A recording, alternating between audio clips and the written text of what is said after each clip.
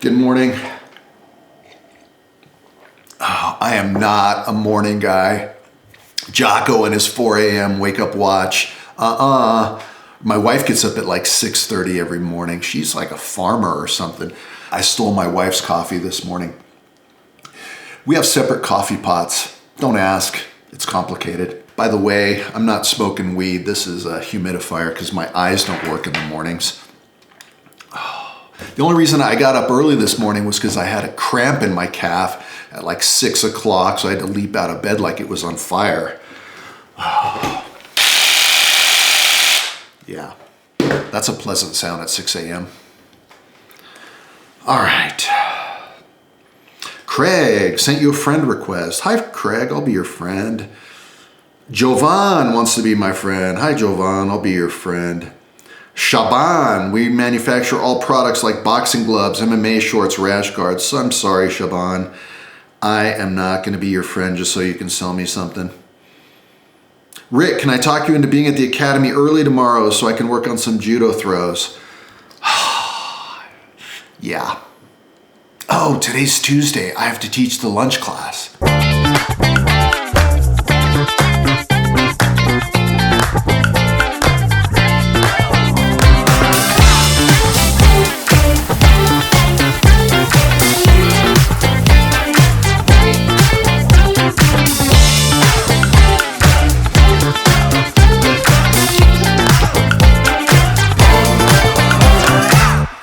My rule of thumb is to shower every single day before I train jiu-jitsu. Takes 5 minutes, wash your armpits, wash your butt, throw on some deodorant, brush your teeth.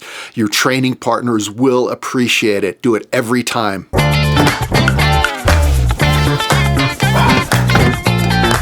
right, let's go.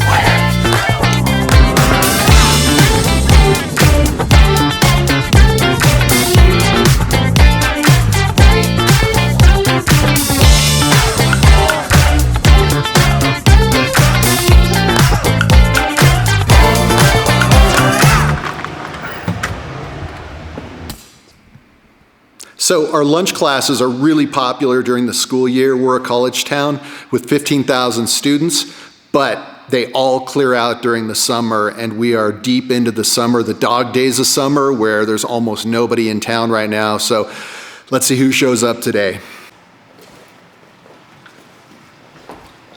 You missed out. Did I? There's a parking place right out front like 2 minutes ago. How's it going? Suck. Good, good. So your video's doing good? Yes, it is doing well. Getting some attention? Yes. You guys ready? All right.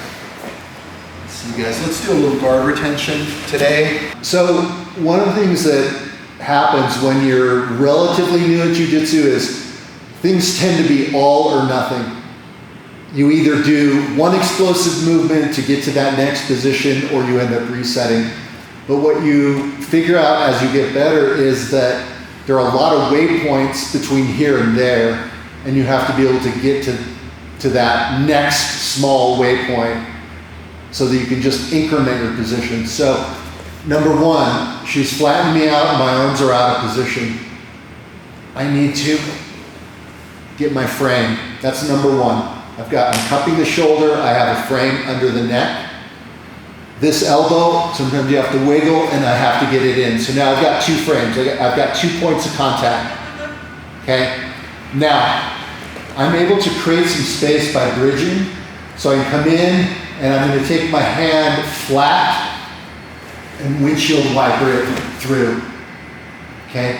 So I'm just incrementing where I need to be. I'm still flat. I'm starting to get my post in position, my rear post.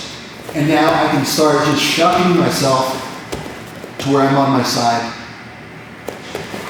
And it's hard to stop that if you make just small movements, small deliberate movements, and develop the ability to hold that position once you've moved there. So I have my rear post, very important. I have my underhook. She's still cross-facing me, and this is still a bit of a problem, but I can continue to shuck, okay? And I'm safe here. There's not a whole lot she can do to me. At some point, you're going to come. There we go. At some point, they're going to move and give you just a little bit of separation. Because as you continue to increment, they have to do something in response to that. Because you're taking away their ability to pin you. So now, windshield wiper your left arm. Jacob, there you go. Keep that post with your foot nice and strong so he can't flatten you out. And you're out. Beautiful. So once she gets her frame, there's an elbow here, which I might be able to catch.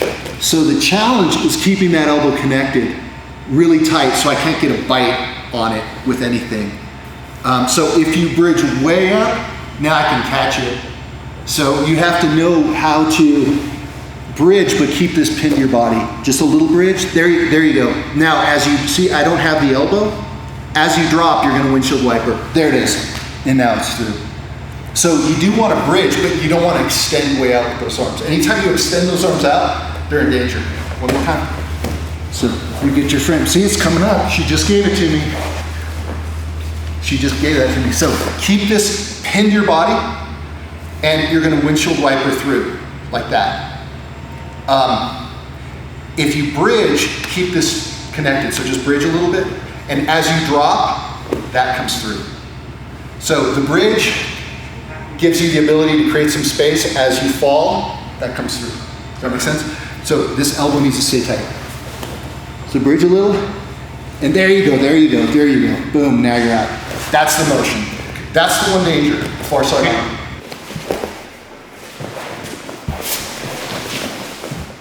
Yeah, I was watching Jeff Glover the other day. He did a video where he said that as a white belt, there are a lot of things you need to learn to do, but there are a lot of things you need to learn not to do.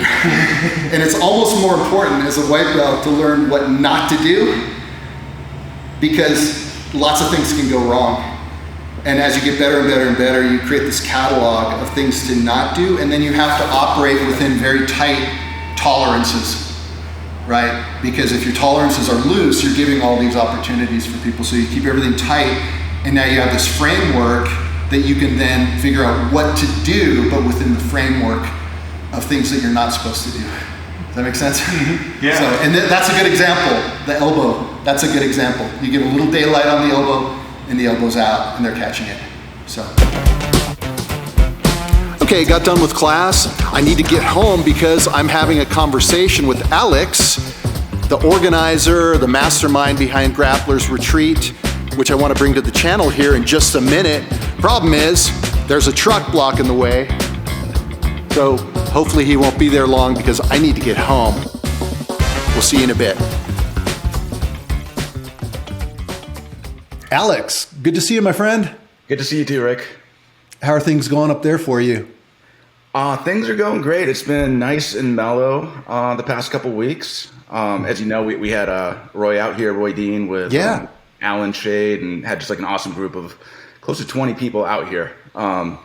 So that was just like a great way to kick off the retreat season. And so it's been quiet for the past couple weeks, and looking forward to Vlad and Mike Palladino coming this weekend. So you were in Southern California. Tell me about this move to Mendocino. What got you interested in doing a Grappler's retreat? How'd you get that idea? Why Mendocino? I mean, give me that whole story. So Mendocino is a place I had come to a handful of times in the past, and I would just always, the nature here is just mind-blowing. Like, I've traveled quite a bit, and I've been living here for over 10 years now, and I'll still take a drive down into town. I'm still blown away, It's gorgeous. It's gorgeous, yeah. I took a motorcycle trip, a solo bike trip. I don't even know how long ago it was now. I think I'll try to dig up that photo. Maybe I'll throw it on the screen here. And one of my stops was Mendocino, and I remember just, so beautiful, so picturesque. It's just stunning. That whole part of the world is just stunning. Yeah, I feel super blessed to be able to live here. And part of the other dilemma was, how do you make a living in a place like this? And of course, I wanted to teach grappling, and I got Gokor's blessing to open my own academy when I moved here. So I did that. But I also had this idea of starting a grappling retreat, doing training camps, bringing people from all walks of life out here to this gorgeous place, and bringing in different instructors from all over the world.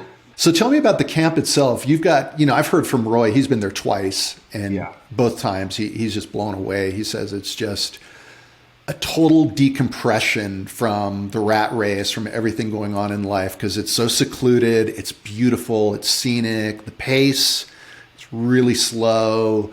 You get lots of good grappling, great food, and so on. So I've heard from him, but let me hear it from you.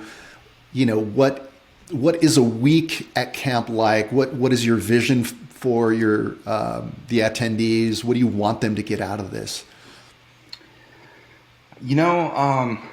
The very first thing I tell everybody when they arrive is to make yourself at home. Like I tell people, this isn't like your hotel room, or this isn't like we've got the clubhouse, we've got the dojo.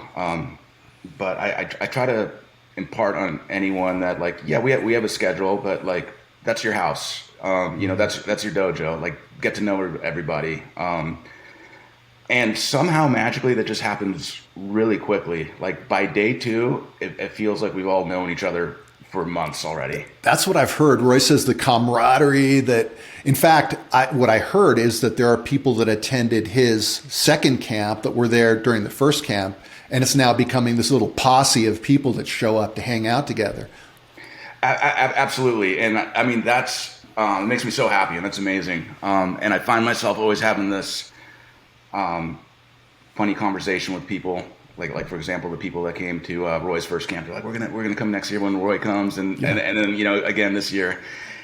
And I'm trying to encourage them to come meet Vlad, come meet Mike, come meet Nick, and some of these other people, because again,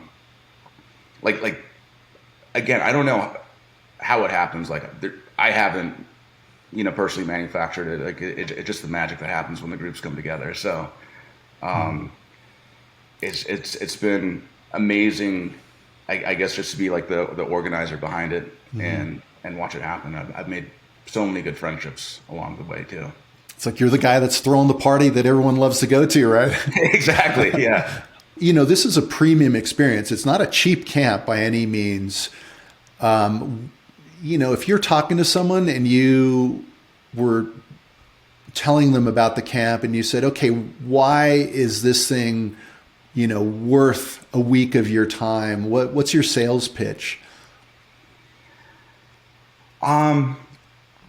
To be honest with you, I don't really have much of a sales pitch. I hope that the camp just kind of sells itself, which is why I'm so grateful that you're going to come in and kind of film and help showcase it.